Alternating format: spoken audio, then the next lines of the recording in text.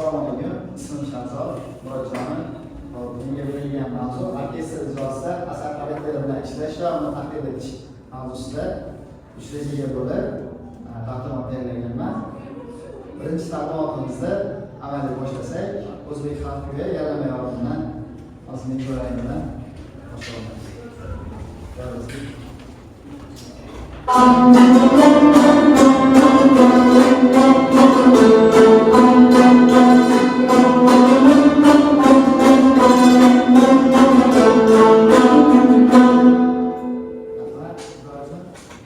Bu asarda o'zimizni rubob ohanglardan birligimiz aks etgandek, hamma kuyda orkestrda asarni ohangini aniqroq olishimiz kerak, badiiy mazmunni. Orkestr ijrosida asarning xarakterini to'g'ri aniqlash asosiy vositalardan biridir. Orkestr ijrosida asarning badiiy xarakterini ochib berishda har bir cholg'u guruhini o'zini o'rni bor.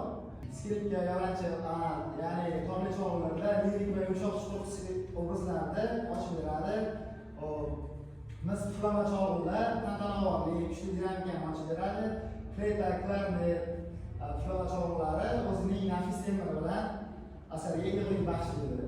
Orkestr ijrosida asar xarakterini to'liq ochish uchun doimiy tahlil va takomillashtirish jarayoni muhim ahamiyatga ega. Xulosa qilib aytamizki, orkestr kuyda badiiy qismini to'g'ri o'rganib, yaxshi tahlil qilsa, kuyda chuqur yaxshi chiqishiga xizmat qiladi. E'tiborlaringizga rahmat.